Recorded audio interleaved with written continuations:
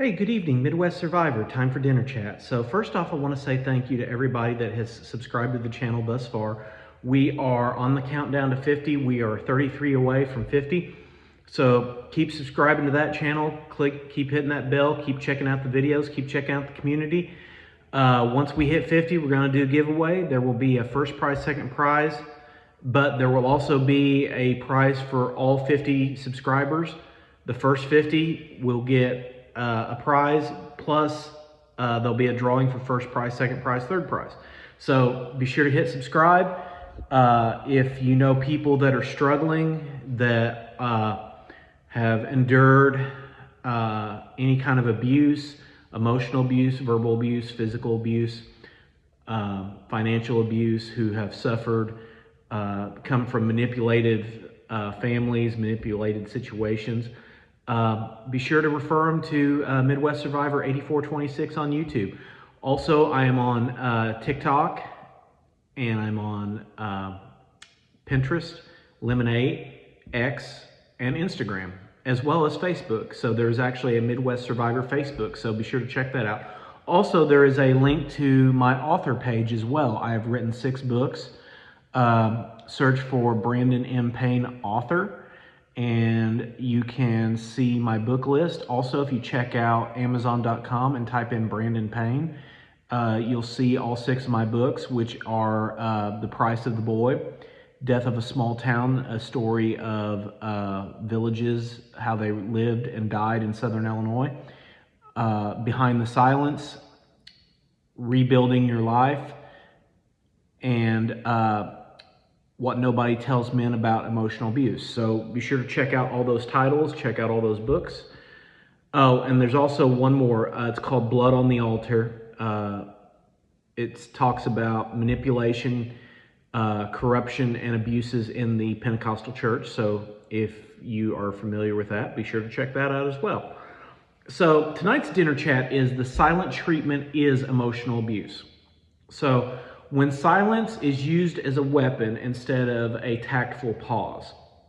So we're talking about a form of emotional abuse that often leaves no scars, no bruises, no bleeding, no raised voices, no obvious evidence, but it can leave very deep emotional wounds. And I have witnessed it, and I have experienced it firsthand, both from my upbringing and from my marriage. The silent treatment is a very, very passive, aggressive form of abuse. And at first it may seem harmless. You know, they just need space, they're cooling off, you know, they don't want to argue. And sometimes that is true. Sometimes people do need their space. Sometimes people do need to calm down before having difficult situations and difficult conversations. However, there is a difference between taking a healthy pause and using silence as a weapon. And tonight we're going to talk about that. So, healthy space versus emotional punishment. Every healthy relationship needs moments where 2 people step away to collect their thoughts. A healthy pause sounds like this. I'm upset right now. I don't want to say anything that I'll regret. Can we talk about this after dinner? So this pauses the situation, and it sets a time limit of when it needs to be resolved. Or you can say something like this. Hey, listen, I need an hour or 2 to just calm down. But I want us to work through this. So I want you to notice something very important. There is communication, there is reassurance, there is commitment to return, and that is emotional maturity and wisdom. The silent treatment is completely different. It leaves you wondering, what did I do? Why won't they talk to me?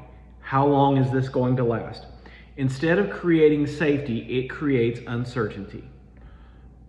Silence can become a tool of control. Sometimes silence isn't about solving the problem, it's about controlling the other person. The goal may be to make you feel guilty, anxious, rejected, confused, desperate to make things right. When someone refuses to communicate altogether, to punish, to intimidate, or to manipulate, The silence itself becomes part of the conflict. Here's why it hurts so much. Human beings are wired for connection. When someone withdraws emotionally, especially someone that we care about, we're in a relationship with, that we love, it will activate doubt, deep fears of rejection and abandonment. And I can honestly say that whenever a person is treated just like a paycheck, or their feelings are disregarded, they're fed a constant diet of disrespect and being made to feel like they're worthless and made to feel like they can't do anything right, and then they turn on the silent treatment, that is just a perfect storm of emotional and relational dysfunction. You may find yourself replaying every conversation, searching for what you did wrong, even when you haven't done anything wrong. And you will sometimes even apologize when it's not even your fault. So you start chasing peace. Many survivors describe the same pattern.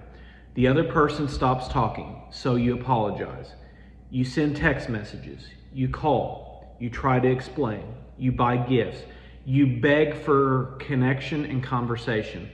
Not because you know you were wrong, but because you are desperate for the relationship to feel normal again. And over time, this can teach you that your emotional needs don't matter as much as restoring the other person's comfort. When someone refuses to communicate while expecting you to do all the emotional work, the relationship can become unbalanced. One person is trying to repair. The other controls whether the conversation even happens.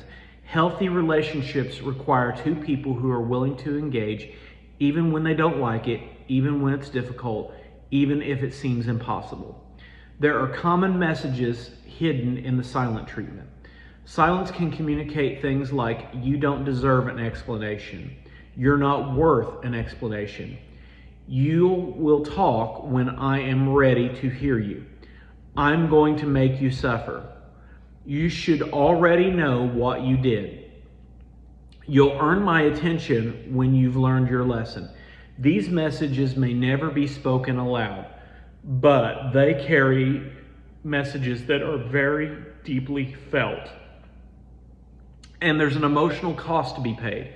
Long-term exposure to the silent treatment will lead to anxiety, self-doubt, walking on eggshells, fear of conflict, low self-esteem, low self-worth, constant people-pleasing, and apologizing for things that you're not guilty of. You may begin believing that keeping someone else happy is the only way to avoid being emotionally shut out. Healthy conflict looks different. Healthy people don't avoid every disagreement. They communicate. They may say, I'm hurt, can we talk? Or they may say, help me understand your perspective. Or they may say, I need some time, but I want to work this out. The goal isn't to win. The goal is to understand one another and repair the relationship. What can be done? If someone regularly uses the silent treatment as punishment, the first thing to do is recognize that pattern. Don't assume you're automatically at fault. Respect healthy requests for space, but notice whether communication ever resumes. Set healthy boundaries around repeated emotional withdrawal used to punish or control. Seek support and help from trusted friends, trusted family, and qualified mental health professionals if the pattern is ongoing and affecting your well-being. Healthy relationships allow room for conflict without using emotional withdrawal as a weapon. And if you have been the one giving the silent treatment, this conversation isn't just about recognizing unhealthy patterns in others. It's also an opportunity to reflect on ourselves. Have you ever withdrawn instead of communicating? Many people learn this behavior growing up, and I, unfortunately or fortunately, am one of those people. The good news is that patterns can change. Healthy communication can be learned. Instead of shutting someone out, try saying, I'm overwhelmed. I need a little time to think. I want to talk, but I want to calm down first. Healthy communication builds trust. And finally, breaking that cycle. If you've experienced the silent treatment, or you have executed the silent treatment, I want you to remember this. You are not responsible for forcing the other person to communicate. You are responsible for communicating honestly, respecting healthy boundaries, and protecting your own emotional well-being. Healing often means learning that you don't have to chase people who repeatedly use silence to control or punish you. So, one of the strongest signs of a healthy relationship isn't that conflict never happens. It's that both people remain committed to respectful communication, even when conversations are uncomfortable, and silence can be a healing tool when it's used correctly, appropriately, to reflect. But when silence becomes harmful is when it is used to control narratives, control the other person, and control emotions. Know the difference. Protect your peace. Protect the peace of your home. Protect the peace in your heart. Protect your mental peace, and protect the peace of your mind. Choose relationships where communication is valued over manipulation. So, let's open our minds a little bit and think back. Have you ever experienced the silent treatment? And what did help you recognize the difference between someone needing healthy space or someone using silence to control or punish you? So please share your thoughts in the comments. Your experience and what you have endured can help not only yourself, but someone else to understand that they deserve respectful communication.